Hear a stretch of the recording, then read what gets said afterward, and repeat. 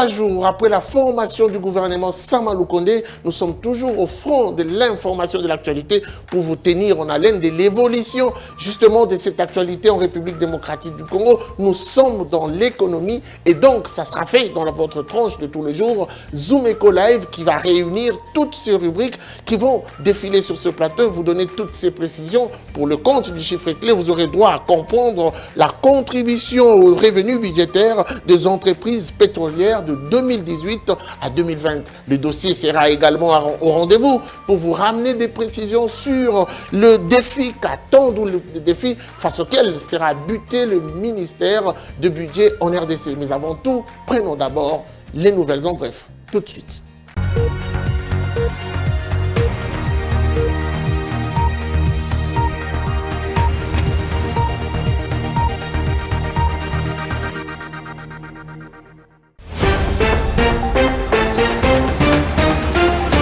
Débutons ces nouvelles en bref avec cette information qui nous parle de la deuxième semaine du mois d'avril 2021 qui s'est caractérisée par un taux d'inflation de 0,081% contre 0,089% la semaine précédente, soit une légère hausse de 0,08%. Ces données ont été rapportées par le comité de conjoncture économique réuni le mercredi 14 avril 2021 autour du Premier ministre sortant, Ilukamba.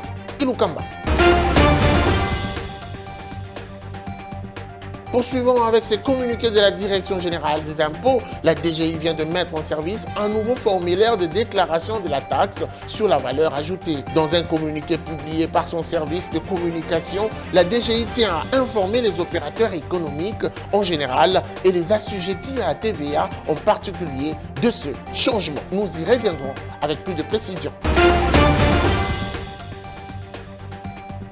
Et pour finir, parlons de la FEC qui organise une matinée d'échange sur le processus d'élaboration et de soumission au Fonds vert pour le climat. La Fédération des entreprises au Congo organise ce jeudi 15 avril 2021 à son siège à Kinshasa une matinée d'échange autour du processus d'élaboration et de soumission au Fonds vert pour le climat, de programmes et de projets résilients aux effets du changement climatique.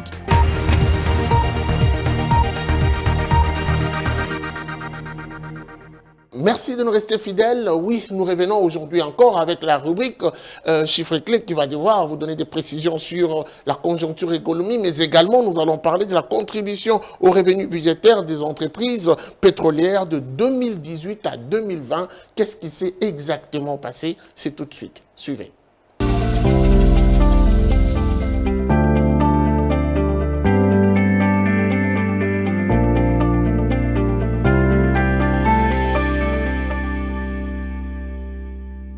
Judith Ounamaka, bienvenue. Merci Guy. Alors, qu'est-ce que vous nous ramenez aujourd'hui? Aujourd'hui, nous revenons une fois de plus sur le cours de change et à cela va s'ajouter la contribution aux revenus budgétaires des entreprises pétrolières de 2018 à 2020. Très bien. Commençons par le taux indicatif de la Banque centrale du Congo où Okay. 1 dollar vaut 1981 francs congolais. Un franc CFA se coopère à 3,56 centimes et 1 euro revient à 2340 francs congolais. Quant au marché parallèle, nous sommes basés particulièrement dans la commune de Barumbu où 1 dollar vaut 2000 francs congolais. Un franc CFA se marchande à 3,61 centimes au moment où 1 euro vaut 2360 francs congolais. Alors, vous avez évoqué quand même cette contribution des entreprises, des revenus budgétaires des entreprises pétrolières. Qu'est-ce que l'on doit retenir? L'analyse des recettes. 2018 à 2020, justement.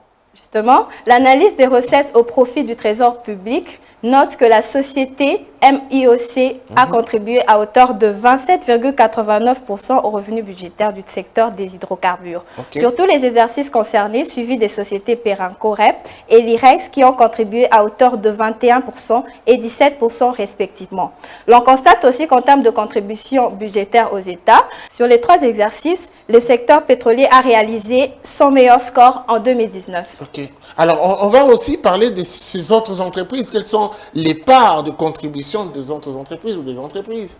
97,77%, soit 444,8 millions de dollars américains, sont constitués des revenus de 5 entreprises pétrolières, à savoir MIOC, Perenco Rep, l'IREX, Taïkoku et ODS. 2,23%, soit 10,1 millions de dollars américains, représentent les recettes issues des 4 autres sociétés pétrolières. Il y a lieu d'indiquer que 3 autres entreprises, dont Total, Energolf et Lock Oil and Gas, n'ont apporté aucune contribution. Ouh là là, c'est dommage. J'aurais bien voulu entendre également Sep Congo, qu'on en parle un tout petit peu, puisque c'est quand même une entreprise experte en logistique pétrolière, mais même bon, les statistiques font état plutôt d'autres entreprises. On espère que les prochaines statistiques, le sondage pourra nous ramener cette entreprise sur la liste. Merci à vous pour toutes ces précisions. Merci Guy. Alors, vous avez suivi des précisions chiffrées. Nous allons poursuivre avec la deuxième rubrique, c'est donc le marché avec Zoom Wendy. Tout de suite. Bienvenue à tous. Le foie est un organe très important et joue de nombreux rôles. Dans ce nouveau numéro de Zoom Wendy, on vous propose quelques aliments qui vous permettent de dégraisser progressivement votre foie. Il est donc conseillé de manger très régulièrement de légumes, notamment de légumes verts. Commençons avec un mipikou-débi tekou-tekou qui coûte 1000 francs. Une botte d'épinards revient à 1000 francs. Le feuille de patate douce, reconnu par son nom Matembele, revient à 1000 francs. Une botte de pondou se vend à 2000 francs et à 3000 francs. Deuxième type d'aliment est les poissons gras. 1 kg de tilapia se vend à 8350 francs. 1 kg de mabundu à 9000 francs. Et 1 kg de malois coûte 7000 francs. Il est donc conseillé de manger régulièrement de fruits, mais plus souvent les avocats. On le trouve dans ces marchés à 1500 francs et à 2000 francs. Un petit bonus alimentaire qui est le café, une pièce se vend à 400 francs et la boîte à 5000 francs. Il est donc conseillé de manger régulièrement de légumes, notamment de légumes verts. Merci de nous avoir suivis et retrouvons-nous prochainement dans Zoom Wendy. Le gouvernement Sama Lukonde vient de voir le jour et ce gouvernement sera face à plusieurs défis. Aujourd'hui, spécialement pour le compte de notre rubrique de dossier, nous faisons un focus sur le ministère du budget. Vous vous posez sûrement la question, quels seront ces défis face auxquels il sera buté? Nous reviendrons avec des précisions dans la rubrique Le dossier. Tout de suite. Les dossiers, c'est avec vous, Judith, bienvenue. Merci. Alors, spécialement aujourd'hui, nous allons faire notre focus sur le ministère du budget avec les défis qui se présentent face à ce ministère. Pour commencer, un peu plus clairement, quelles sont les missions d'abord du ministère du budget?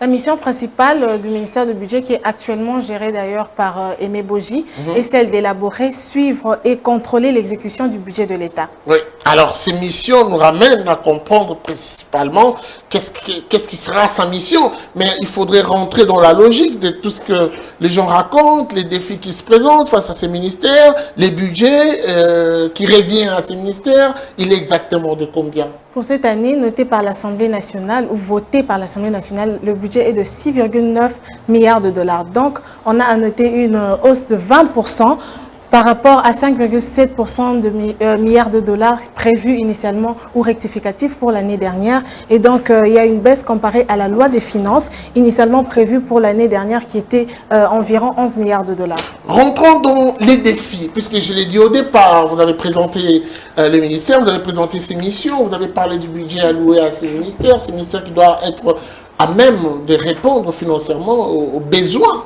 que présente l'État. Mais quels sont les défis majeurs de ces ministères? Les défis qui figurent d'ailleurs parmi les différentes missions de ce ministère, il y a premièrement assurer un bon encadrement de toutes les dépenses publiques. Deuxièmement, la liquidation de la paye des agents et fonctionnaires de l'État, des services de budget annexes, des membres des institutions politiques et coutumières de l'armée, de la police nationale, des services de sécurité et diplomates, des pensions de retraite et rentes de survie.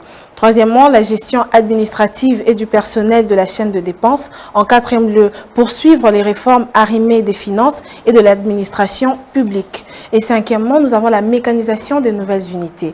Sixièmement, la rationalisation de la politique salariale à travers le cadre budgétaire à moyen terme défini sur base du cadrage macroéconomique indiquant le plafond de la masse salariale.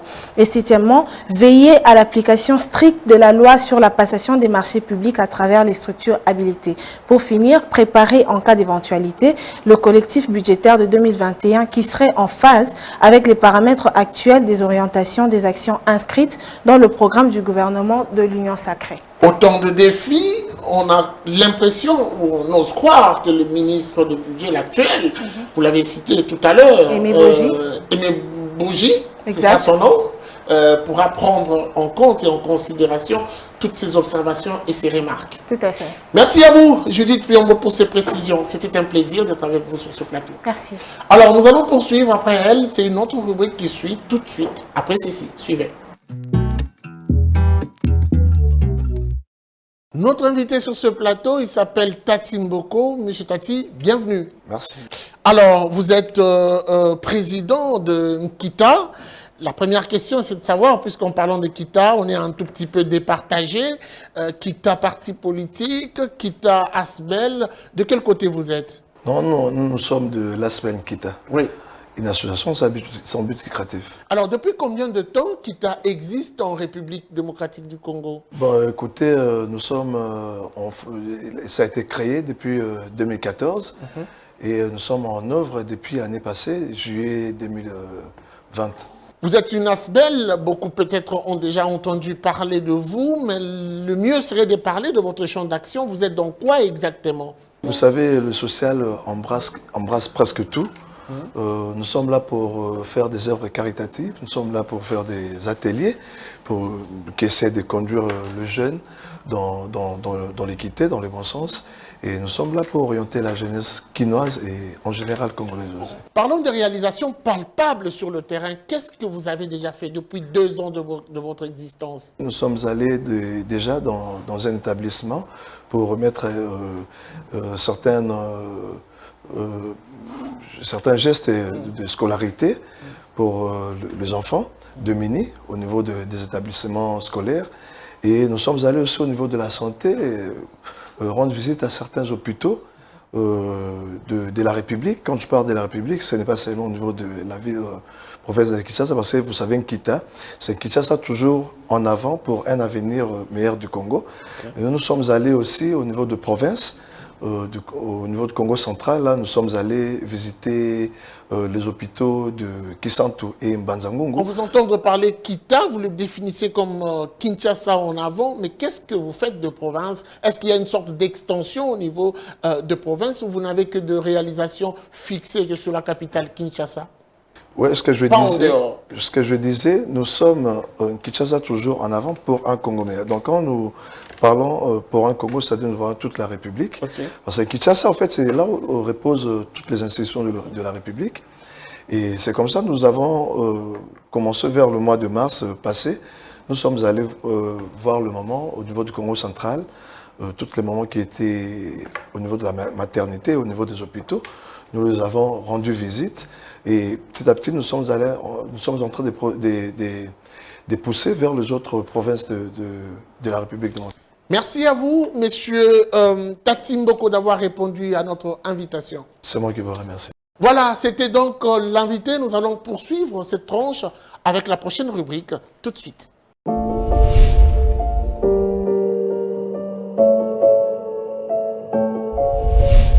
Quels sont les défis de fonctionnement du guichet unique qui est censé accompagner et faciliter la création des entreprises en République démocratique du Congo? Patrick Bomboka s'y est penché à travers sa rubrique chronique. Tout de suite, on le suit. Bonjour. Depuis l'année 2014, il a été créé en République démocratique du Congo un guichet unique de création d'entreprises avec 2 objectifs. L'abréviation des délais d'obtention des documents de création d'entreprise et la réduction du coût de cette procédure. Seulement voilà, le 2 juillet 2020, la ministre de l'économie nationale prend l'arrêté ministériel numéro 011 fixant la nomenclature des activités économiques et les modalités de codification du numéro d'identification nationale. L'article 3 de cet arrêté stipule la requête en obtention du numéro d'identification nationale est adressée au secrétaire général à l'économie nationale. C'est donc une situation qui préoccupe les opérateurs économiques et touche même au climat des affaires. La chronique Zoom Echo des séjours entend explorer les défis du fonctionnement normal du guichet unique de création d'entreprises. 10 indicateurs constituent la méthode de classification de l'amélioration du climat des affaires selon l'indice Doing Business. Le tout premier indicateur se rapporte à la création d'entreprises. Doing Business recense en effet toutes les procédures officiellement exigées ou couramment effectuées ainsi que les délais et les coûts auxquels un entrepreneur fait face lors de la création et la gestion officielle d'une entreprise industrielle ou commerciale, y compris les versements du capital minimum demandé. On retiendra que le classement des économies selon la facilité à créer une entreprise est obtenu en triant leur score pour cet indicateur. En tout état de cause, Doing Business part du principe que toutes les informations nécessaires doivent être facilement accessibles et que l'entrepreneur ne paiera pas de pot de vin. L'amélioration du climat des affaires n'est donc pas un slogan politique comme plusieurs le pensent, mais c'est au contraire un constat qui s'est fait sur base des calculs opérés dans l'observance des 10 indicateurs objectivement vérifiables. Ainsi, la décision de la ministre de l'Économie nationale qui exige que la demande de la fiche d'identification nationale soit adressée à son secrétariat général plutôt que directement au guichet unique de création d'entreprise pose problème. C'est donc une décision qui vient briser l'essence même du concept guichet unique.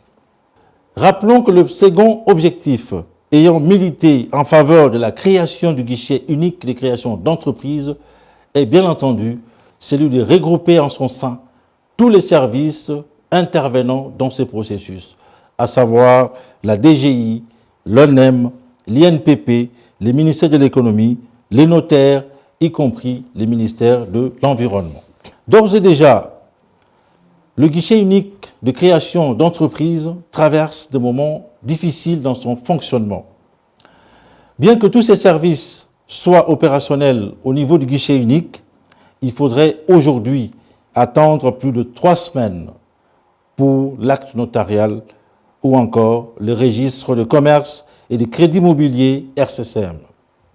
L'attente est davantage plus longue, soit plus ou moins 4 mois, pour obtenir les derniers documents tels que le permis d'exploitation délivré par les services du ministère de l'Environnement et le numéro d'impôt obtenu des services de la Direction générale des impôts DGI.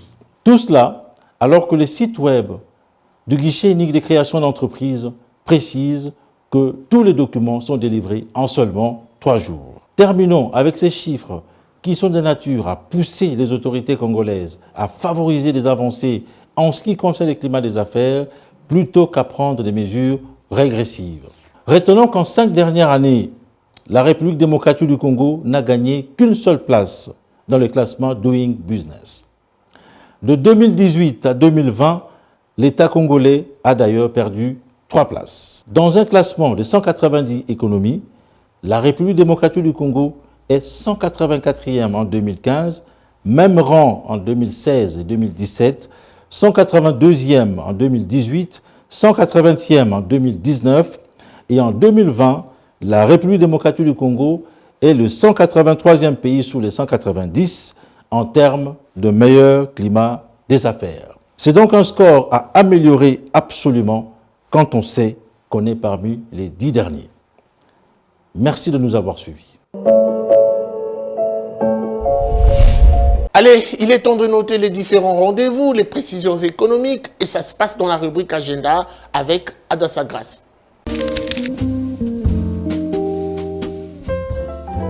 Bienvenue à l'agenda.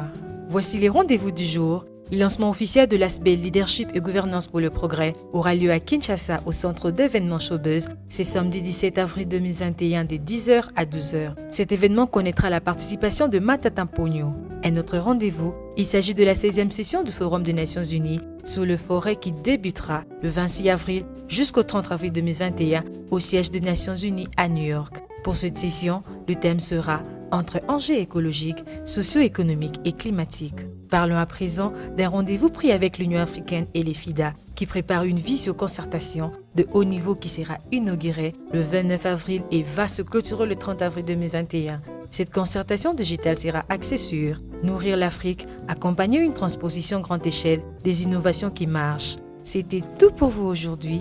Au revoir. Article 15 du jour, c'est une dame qui nous ouvre ses portes. Oui, nous sommes allés vers elle pour comprendre comment est-ce qu'elle arrive à s'organiser pour gagner sa vie. Elle nous parle de son métier de tout le jour, la coupe et couture. Saviez-vous que ces métiers pouvaient faire vivre à Kinshasa? Oui, chez les mots de réponse à travers ces reportages. Article 15, tout de suite.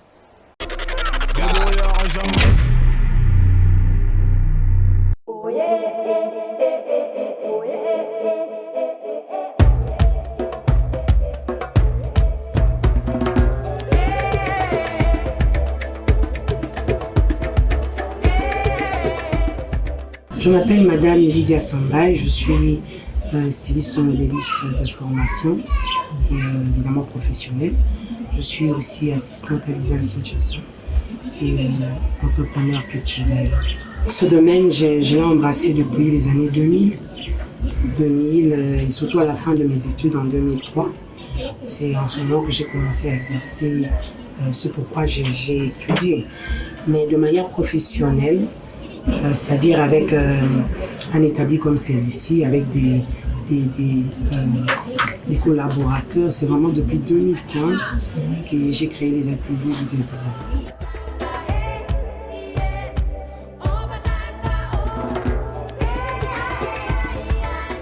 C'est un secteur qui est jonché de beaucoup de difficultés. Déjà que nous ne bénéficions d'aucune subvention de l'État. Il suffit que vous créez votre petit établi, vous verrez comment les tracasseries seront légion. Hein? Donc il y a les tracasseries normales et les tracasseries qui sont vraiment du ressort de l'embêtement. Il faut le dire comme ça. Donc en termes de difficultés, c'est surtout à ce niveau des tracasseries. Deuxièmement, vous avez la difficulté de courant qui gêne énormément parce que c'est pas évident de tomber dans un lieu où le courant est 100% présent et ça crée des fois des difficultés quand il faut livrer les vêtements auprès des clients.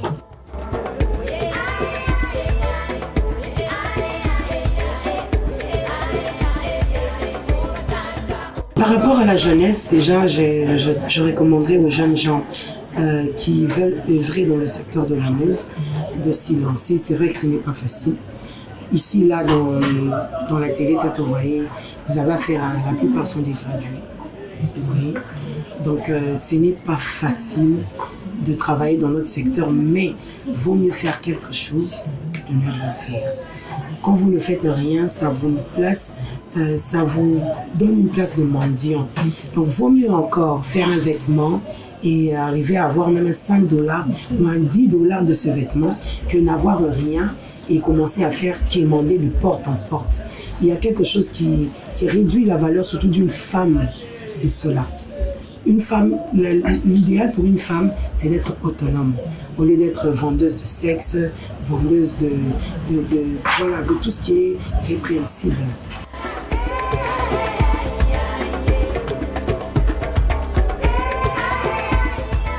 Notre gros souci est que l'État puisse s'intéresser réellement à ce secteur, qui peut être générateur de revenus, qui peut générer ne fût-ce que quelque chose, disons le PIB et des emplois justement.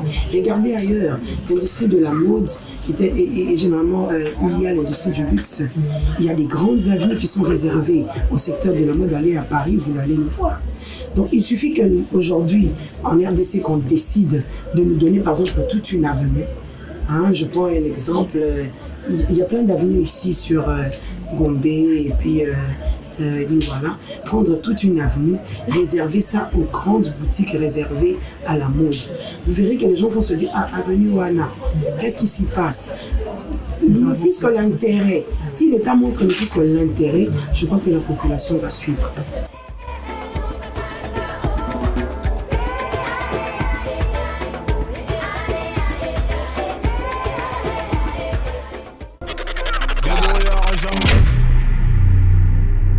Merci de nous avoir suivis. La suite, ça sera sans doute au prochain numéro avec le même plaisir. Vivez heureux, vivez 100 ans. Au revoir et à très vite.